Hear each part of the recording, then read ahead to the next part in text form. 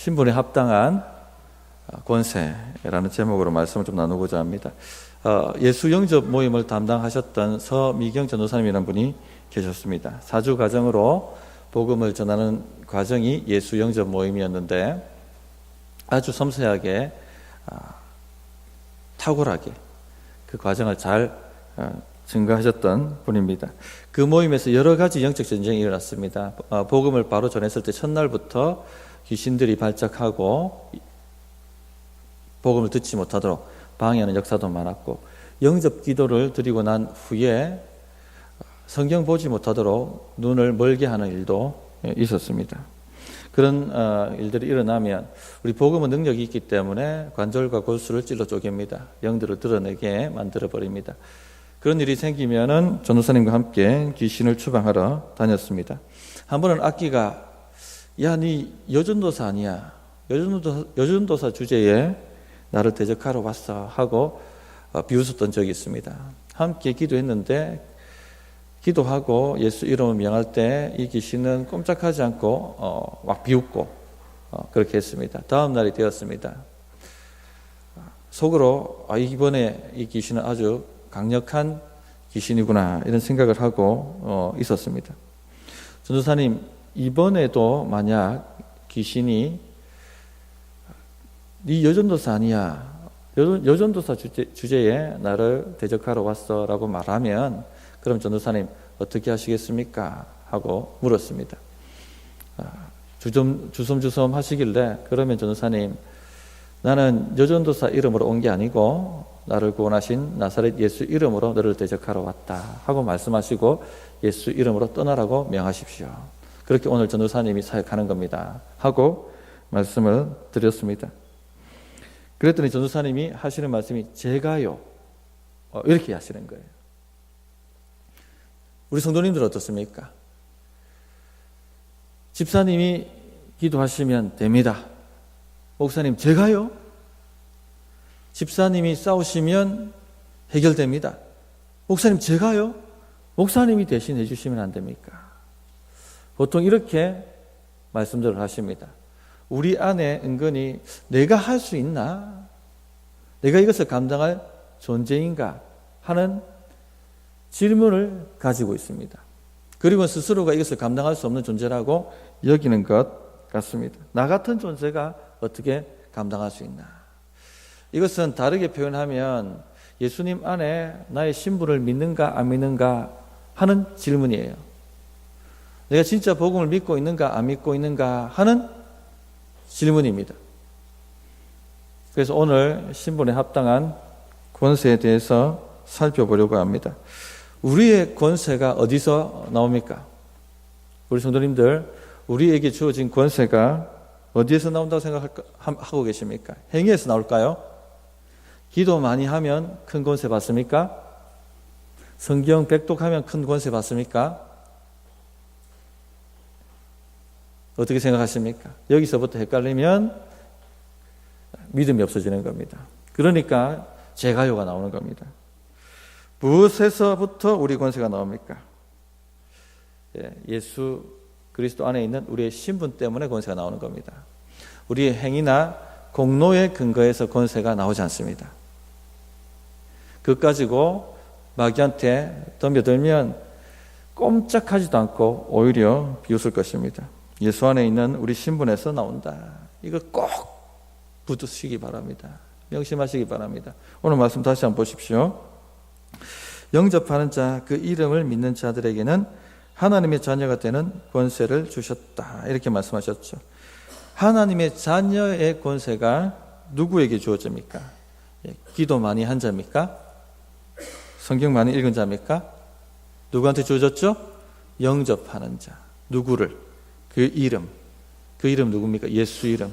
예수님 영접하는 자, 예수님 이름을 믿는 자에게 권세가 주어졌다. 이렇게 말씀하고 있습니다. 우리의 행위가 아니라 예수님을 믿는, 그러므로 말미암아 우리에게 주어진 신분으로 우리에게 온다 하는 것 얘기하고 있습니다. 어떤 분은 이런 권세를 가리켜서 우리를 왕의 자녀다 이렇게 표현을 하고 또 왕의 기도다 이렇게 얘기를 하는데, 맞죠? 우리는 왕의 자녀입니다. 우리가 누구인가 이 신분에 따라서 권세가 나타납니다. 오래전에 케네디 대통령 그 집무실에 케네디 대통령의 아들이 놀고 있는 장면이 타임즈인지 모르겠는데 한번 찍혀서 전 세계적으로 대서특필된 적이 있습니다. 대통령 집무실에 아무나 들어갈 수가 없습니다. 아무나 들어가려고 하면은 사살당합니다. 바로 죽습니다. 근데 이 조그만 아이가 집무실 바닥에서 장난감을 가지고 놀고 있는 모습. 왜 그렇습니까? 자녀이기 때문에 그렇죠. 성경에 보면 때를 따라 돕는 은혜를 얻기 위하여 은혜의 보좌 앞에 담대히 나아갈지어다. 이렇게 나가라. 이렇게 말씀하고 있습니다. 이 말씀을 예사로 듣지 마십시오. 하나님의 보좌 앞에 함부로 나갈 수가 없습니다. 미국 대통령 집무실에 들어가는 것보다 더 어려운 것이 바로 하나님 보좌 앞에 나가는 것입니다. 그냥 거기서 그 영광의 광채 앞에 그냥 살라져 죽어버립니다. 천사가 맞고 자시고 할 필요가 없습니다. 그 영광의 광채 앞에 그냥 사그라드는 것이 바로 하나님의 보좌입니다. 그런데 누가 그 보좌 앞에 들어갑니까? 자녀들이 들어갑니다. 자녀들이. 여기에 대한 확신이 있어야 돼요. 여기에 대한 확신이 있어야 됩니다. 담대함이 있어야 됩니다. 이 자신감, 확신, 이걸 가지고 우리에게 대적하고 공격하는 악한 사탄 마귀를 대적할 수가 있어야 되는 것입니다. 그 전도사님이 들어갔습니다. 악기가 또 비웃었습니다. 전도사 주제에 나를 대적하러 왔느냐? 나는 전도사 이름으로 온 게 아니고 예수의 이름으로 너를 대적하러 왔다 하고 예수 이름으로 떠나라고 명하자 제압당했습니다. 누가복음 10장 19절 지난주 말씀이었죠. 뱀과 정갈을 밟으며 원수의 모든 능력을 제할 권세를 주었으니 실제 믿을 때 그 권세가 발동하는 겁니다. 실제 믿을 때 그 권세가 발동하는 것입니다. 지난 주일 오전 설교가 사도행전 19장 스기와의 7 아들 사건 다루었습니다. 이들은 주술사들이죠. 돌아다니면서 귀신을 추방하는 사람들이었습니다. 그런데 바울이 예수 이름으로 귀신을 잘 추방한다고 하자 그 예수의 이름을 빙자해서 귀신들을 쫓아내려고 합니다. 바울이 전하는 예수의 이름으로 내가 너에게 명한다. 그랬더니 악귀가 도망가는 것이 아니라 오히려 너는 누구냐 하고 올라타서 두들겨 패고 옷 찢고 피 흘리고 그렇게 목숨 하나 살려라 하고 도망치는 천극을 벌였습니다. 왜 권세가 작동하지 않습니까? 이들은 예수 믿는 사람들이 아니죠. 신분이 아니라는 얘기입니다. 신분이 아닌데 사용하면 오히려 당하고 맙니다.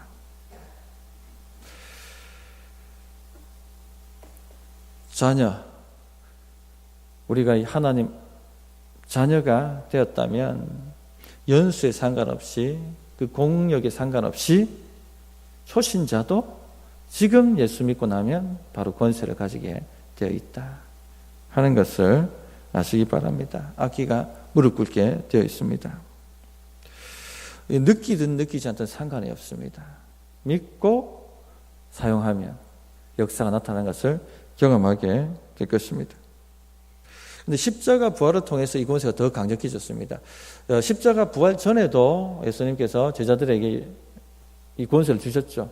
돌아다니면서 복음 전하고 귀신 들린 자를 치유하고 했습니다.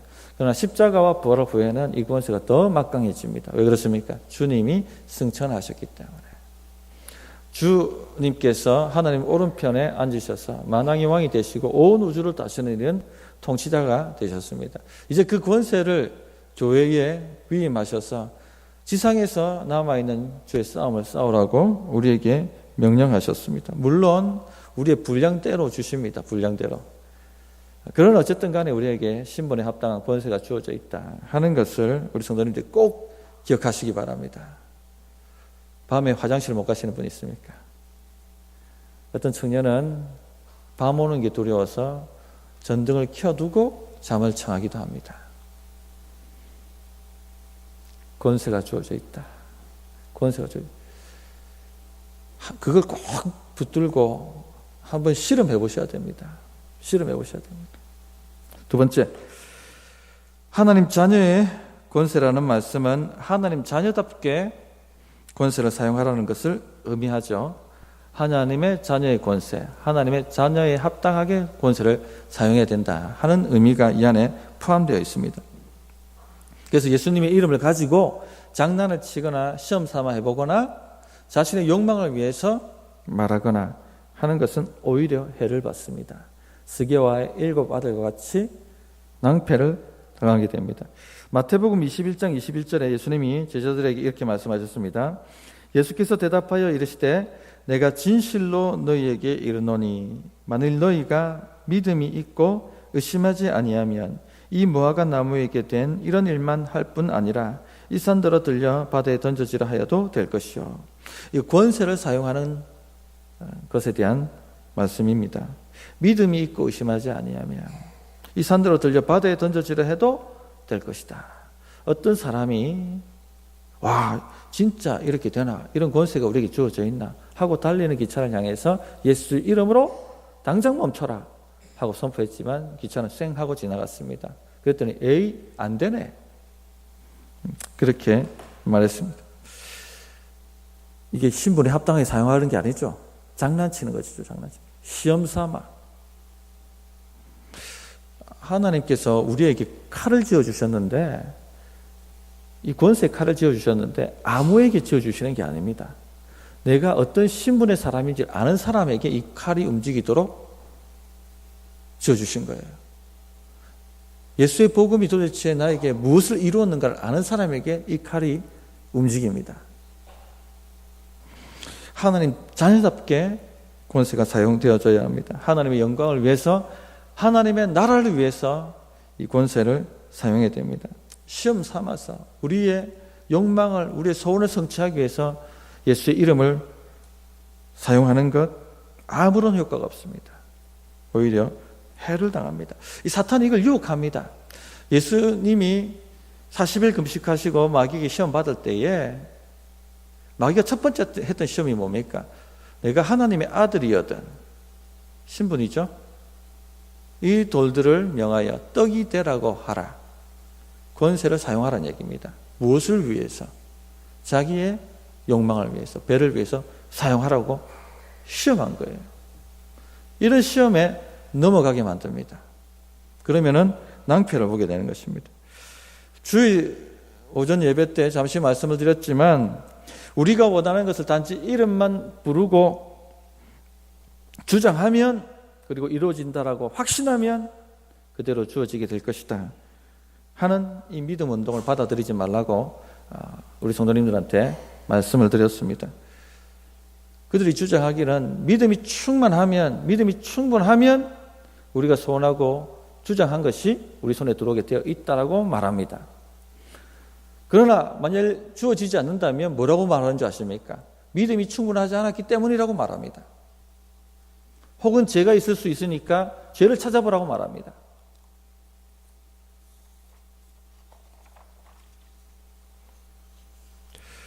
돌이 떡이 되라고 말하는 것과 같은 거예요.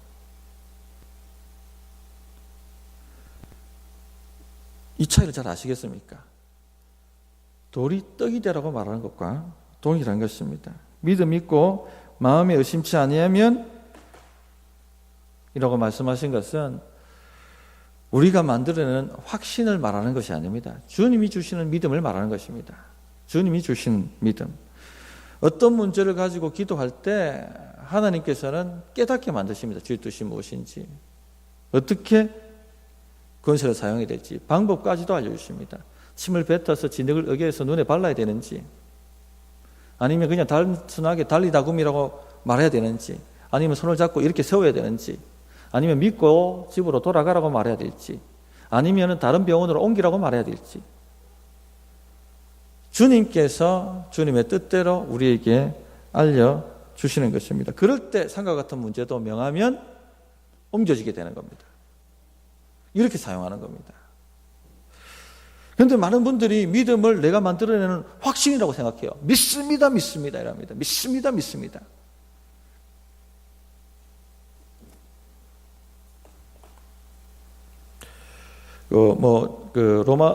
복음의 삶 할 때도 잠깐 얘기했습니다만 어떤 기도원 집회에 산과 같은 문제라 할지라도 들려 바다에 던져지라 하면 던져질 것이요 하는 메시지를 전거했는데 많은 사람들이 은혜를 받았습니다. 그리고 다음 날 또 기도원에 가서 그 은혜의 말씀을 받고 싶어서 가는데 그 저녁에 비가 칵 내려가지고 기도원 가는 길이 강물로 범람을 한 겁니다. 시냇물로 범람해. 근데 우리가 산 같은 문제도 들려서 바다에 던져지라 하면은 된다고 하지 않았느냐. 그러면서 두 사람이 베드로도 풍랑을 건넜는데 우리가 믿음만 있으면 못할 게 뭐 있냐. 믿습니다 하고 발 담갔다가 바로 죽었습니다. 여기 무슨 믿음입니까 이게? 확신. 내가 만들어내는 확신을 믿음이라고 착각한 거예요. 그런데 베드로가 자기 확신으로 풍랑을 건넜습니까? 믿습니다 하면서 푹 하고 뛰어들었습니까? 아닙니다. 주님께 구했습니다. 주여 오라고 해 주십시오.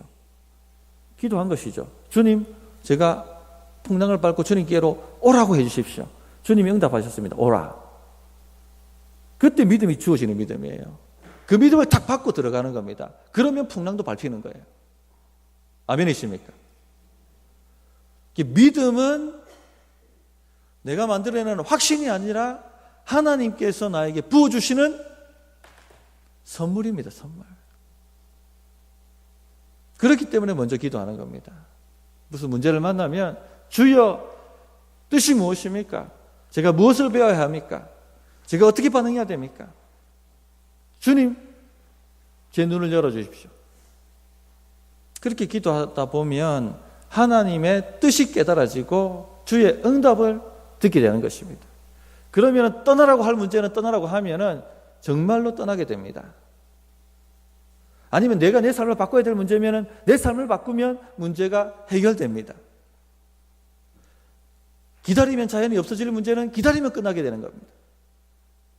이게 바로 권세사용입니다. 권세사용.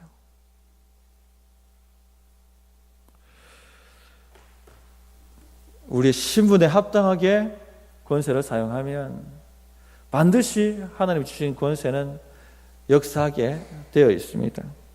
하나님의 뜻을 구하고 자신의 뜻을 내려놓고 기도할 때는 항상 그것이 준비되어야 됩니다. 주님이 이끄시는 대로 저는 무슨 말씀을 하시든지 순종하겠습니다. 자신의 욕망과 자신의 소원을 일단 주님 앞에 내려놓는 기도를 충분히 하셔야 됩니다. 그런데 우리 안에 욕망이 있거든요. 우리 안에 내려놓지 못하는 고집이 있거든요. 그것을 하나님의 뜻이라고 자꾸 우기고 믿습니다 하면은 들어주실 것 같아서 그렇게 막 하나님께 드림입니다. 그렇게 하시면 안 되고 이것은 어린아이 수준의 기도고 이제 성숙하신 분들은요 내 뜻을 내려놓는 것부터 하셔야 돼요. 하나님 내 뜻은 이런데 주님 뜻을 구합니다. 내려놓습니다 하고 하는 기도를 충분하게 드리셔야 됩니다. 그것이 충분하게 드려져서 정말로 내 안에 하나님의 뜻에 대한 사모함이 있고 순종할 마음이 생기게 되면 주님의 뜻을 깨닫게 됩니다. 그때 역사가 일어납니다. 신분에 합당하게 그렇게 권세를 사용하는 것입니다. 말씀을 정리하겠습니다. 성도님들 끼어 있어야 되겠습니다. 사탄 마귀가 공격하는 것은 실질적입니다. 실질적으로 우리에게 공격이 가해집니다. 주님이 받으셨던 시험이 동일하게 우리에게 옵니다. 이 돌들이 떡덩이가 되게 하라. 떡덩이가 되게 하라. 주의 이름을 이용해서 주의 말씀을 이용해서 내 욕망을 채우고자 하는 강박적 생각이 들어오게 되어 있습니다. 뛰어내리라. 주를 시험해 보려고 합니다. 천사가 받아줄 것이다. 역사가 나타날 것이다.